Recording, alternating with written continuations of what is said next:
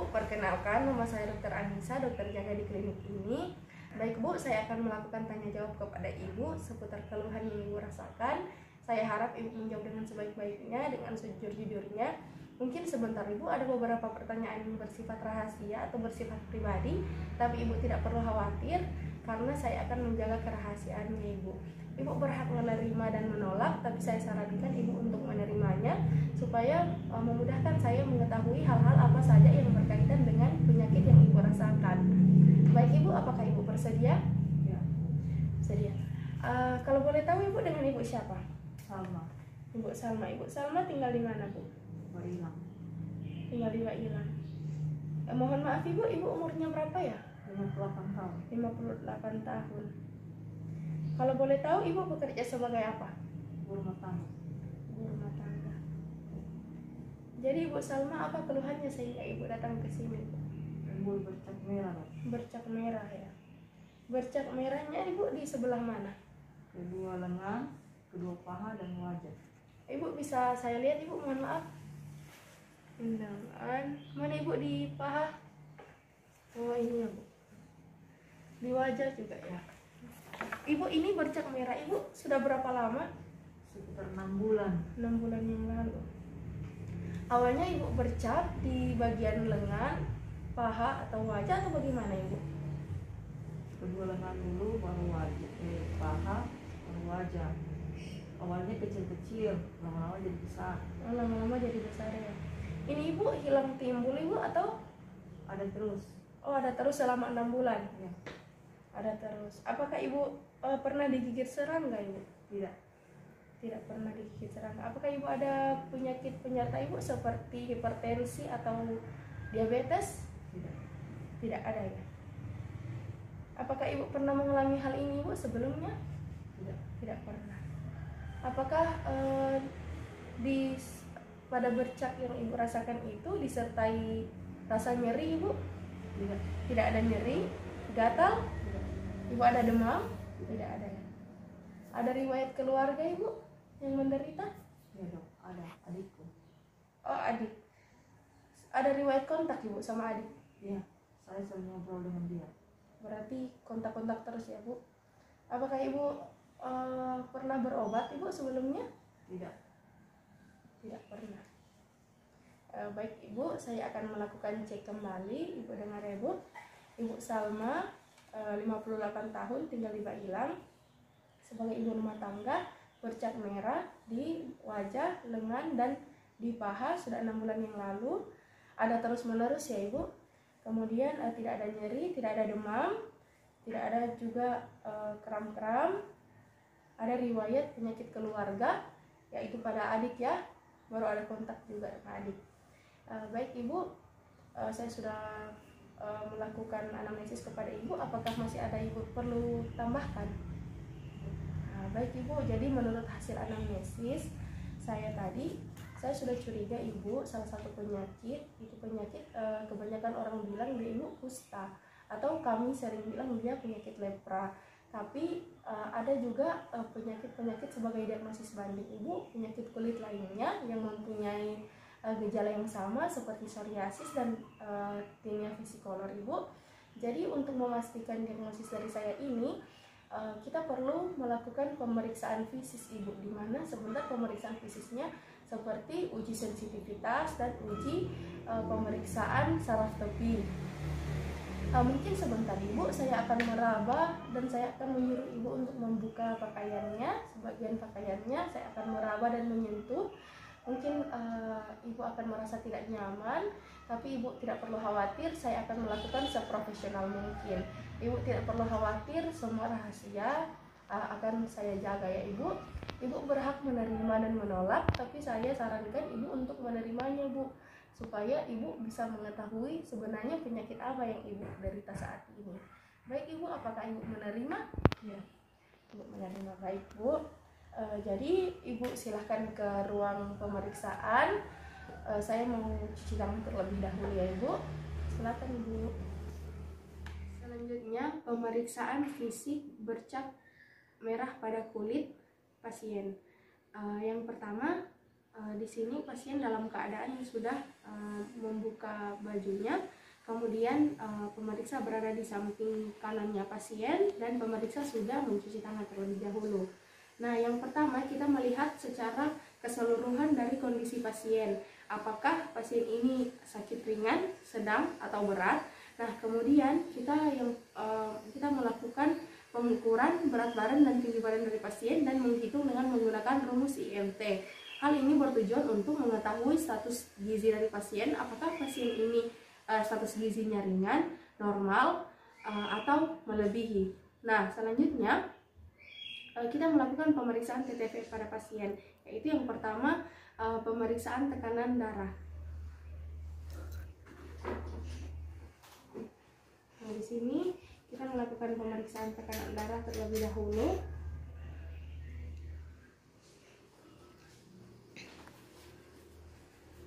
Permisi, Ibu.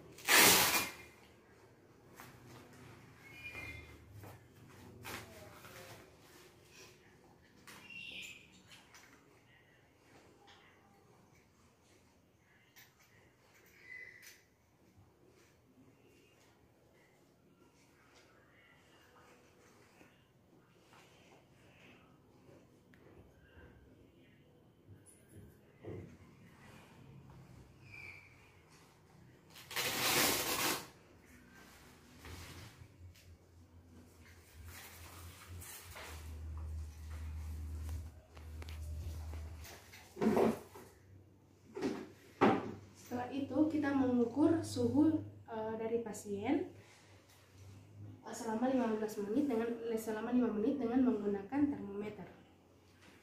Ini, Bu.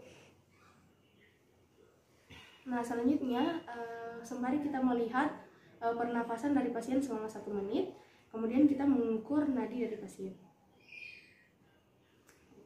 Setelah 5 menit kita cabut termometer. Ini sih, Bu.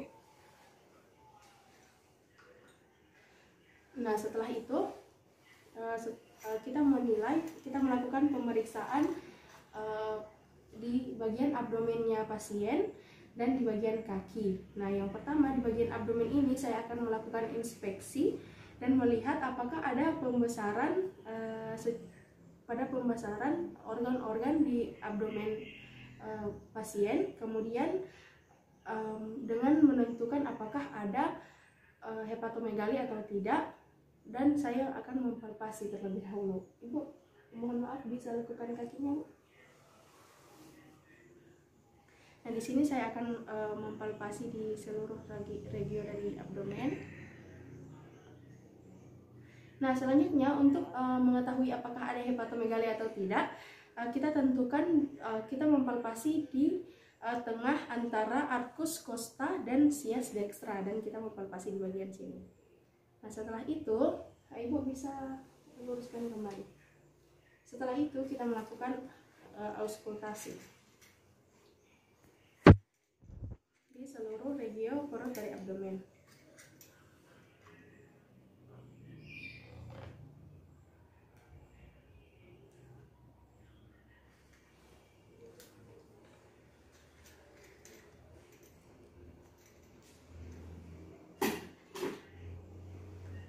Nah, selanjutnya kemudian kita melihat kondisi kakinya pasien, apakah terjadi udem atau tidak. Nah, kemudian setelah itu kita mencatat hasil pemeriksaan. Kemudian saya akan melakukan pemeriksaan pada luka. Saya akan menyuruh pasien untuk duduk, dan saya akan mencuci tangan terlebih dahulu dan memakai handscoon. Ibu bisa duduk.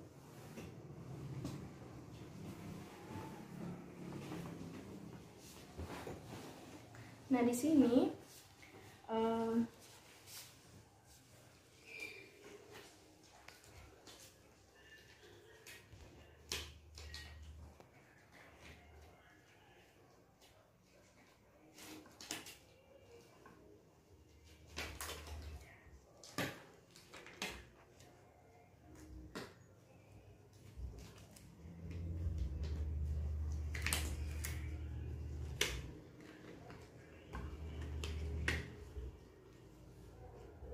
Nah, di sini yang pertama saya akan lihat di di bagian lukanya dari pasien dan menentukan efloresensi dari pasien. Ibu mohon maaf, bisa diangkat. Nah, di sini pada lengan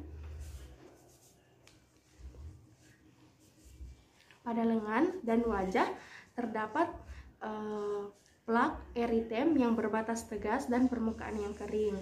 Nah, kemudian kita bisa lihat luka di bagian pahanya dari pasien. Di sini terdapat squama yang tebal yang berdasar eritem. Nah, kemudian setelah itu catat hasil pemeriksaan dan kita akan melakukan pemeriksaan uji sensitivitas pada pasien dengan menggunakan 3, yaitu ujung kapas, ujung jarum, kemudian ujung kapas, ujung jarum, dan tabung. Nah, setelah itu yang pertama kita menggunakan kapas.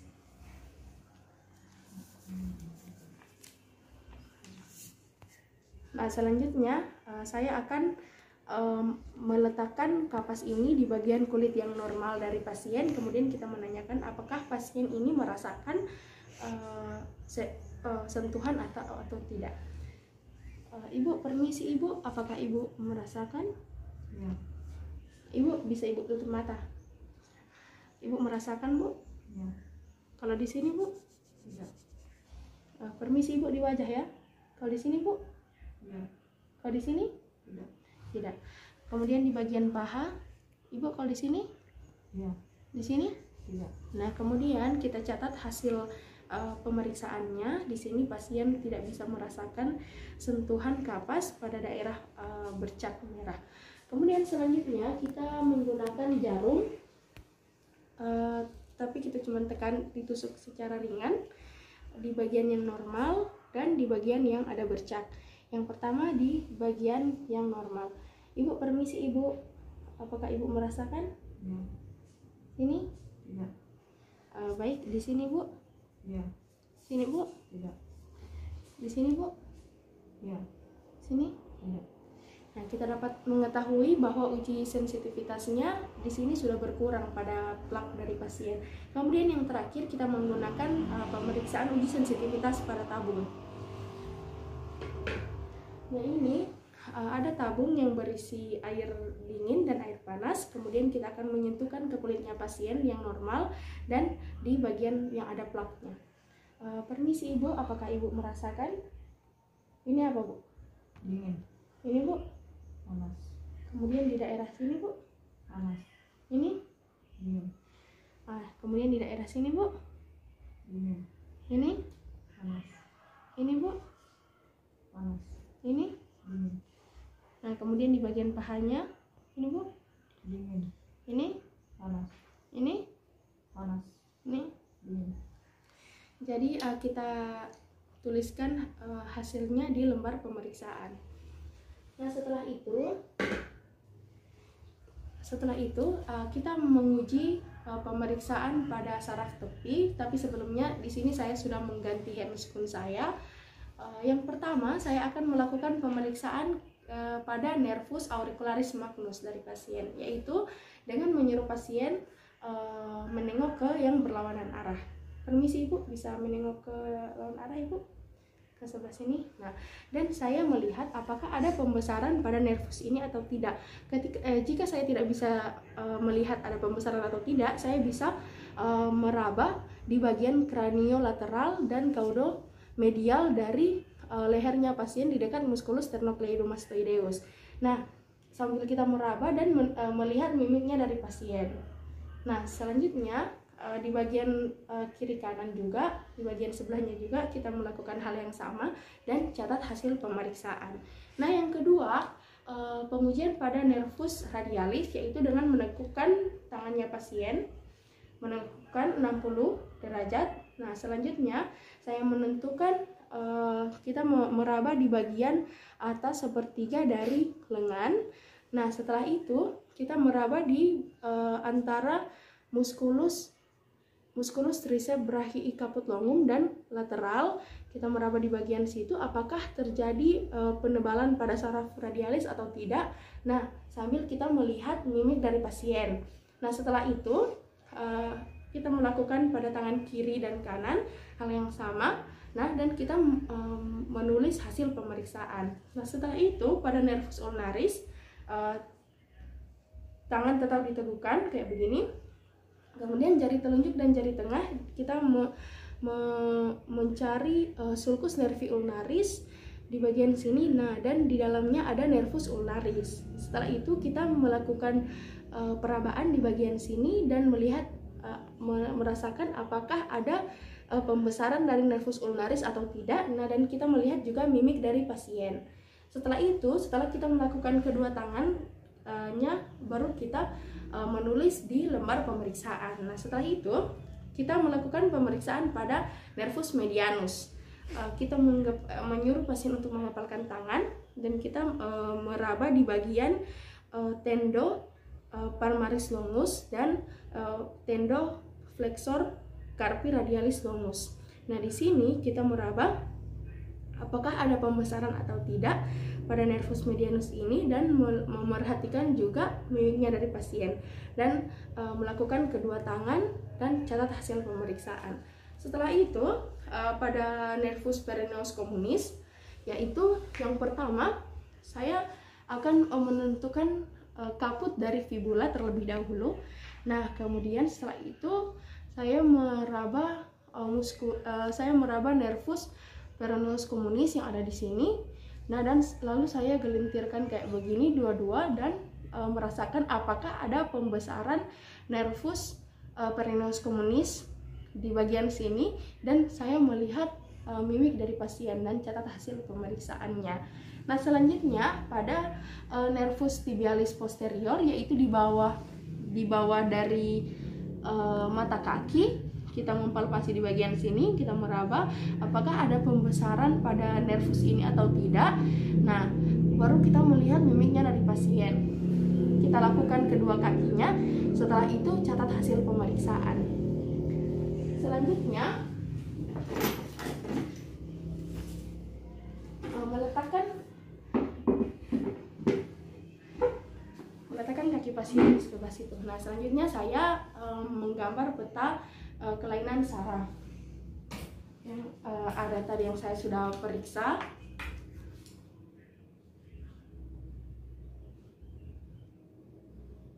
Setelah saya menggambar hasil kelainan dari saraf, kemudian saya melakukan pemeriksaan gangguan fungsi saraf. Nah, yang pertama di sini pada nervus facialis, saya menyuruh pasien untuk mengangkat alis dan menutup dan membuka matanya. Ini untuk melihat apakah terjadi gangguan saraf motorik, gangguan motorik pada nervus facialis atau tidak. Nah, kemudian yang terakhir di sini saya meletakkan tangan saya ke punggungnya dari pasien, punggung kaki dari pasien, kemudian menyuruh fleksikan begini, kembali, ulang. Nah, ini untuk mengetahui apakah ada gangguan sensoris dan motorik atau tidak. Nah, kemudian pemeriksaan sudah selesai. Baiklah Ibu, silakan Ibu merapikan bajunya. Saya mau cuci tangan dan merapikan semua alat dan bahannya ya Ibu. Silakan Ibu. Baik Ibu, pemeriksaan fisik sudah selesai. Nah, sekarang saya mau menjelaskan tentang hasilnya kepada Ibu. Jadi Bu, tadi kan kita sudah memeriksa saraf di bagian wajahnya, di lengan, dan di bagian paha, dan ada juga di bagian kaki tadi kan Bu. Jadi menurut hasilnya Ibu, di sini Ibu bisa dilihat tidak ada penebalan pada sarafnya Ibu. Jadi alhamdulillah ya Ibu. Kemudian tadi juga ada uji sensitivitas. Ibu memang terdapat penurunan sensitivitas pada kulit Ibu, tetapi hanya pada bercak kulit merahnya pada Ibu. Jadi pada saat saya melakukan pemeriksaan, 3 kali saya melakukan pemeriksaan, Ibu tidak bisa merasakannya. Nah, sampai sini dulu Ibu masih ada yang mau ditanyakan? Tidak ya. Kemudian saya lanjut tentang hasil pemeriksaannya Ibu. Memang Bu terdapat bercak kulit berwarna merah Ibu di bagian pipi, sama di bagian lengannya ibu, dia itu terdapat plak yang kemerahan yang berbatas tegas dengan dasar yang kering ibu. Nah, sedangkan di bagian pahanya ibu ini terdapat skoma tebal yang eritem atau kemerahan yang berbatas tegas. Nah, jadi ibu, menurut hasilnya ini saya curiga ibu mengalami penyakit yang dinamakan dengan lepra atau biasa orang bilang penyakit kusta ibu. Nah, penyakit ini disebabkan oleh salah satu bakteri yang dinamakan dengan Mycobacterium lepra ibu. Nah, jadi adapun diagnosis bandingnya yang sama dengan gejala-gejala lepra ibu seperti psoriasis dan juga tinea vesicolor. Jadi ada 3 lepra, tapi lepra ini sebagai diagnosis utama. Nah, setelah itu saya ini akan meresepkan obat kepada ibu. Ibu tidak perlu khawatir karena ini penyakit bisa sembuh. Saya akan kasih obat kepada ibu, saya akan menuliskannya. Nah, kemudian ibu juga bisa melakukan pemeriksaan penunjang ibu seperti pemeriksaan histopatologi, bakteriologis, BPA, dan kerutan kulit. Nah, ini saya sudah tulis resepnya. Ibu bisa tukarkannya ke apotik. Ini ya Bu. Nah, ibu ini bisa tukarkan ke apotik. Kemudian saya menyarankan kepada ibu supaya minum obat secara teratur, atur pola makan, jaga kebersihan. Ya ibu, apakah ibu masih ada perlu ditanyakan? Tidak. Baik ibu, terima kasih ya. Semoga cepat sembuh.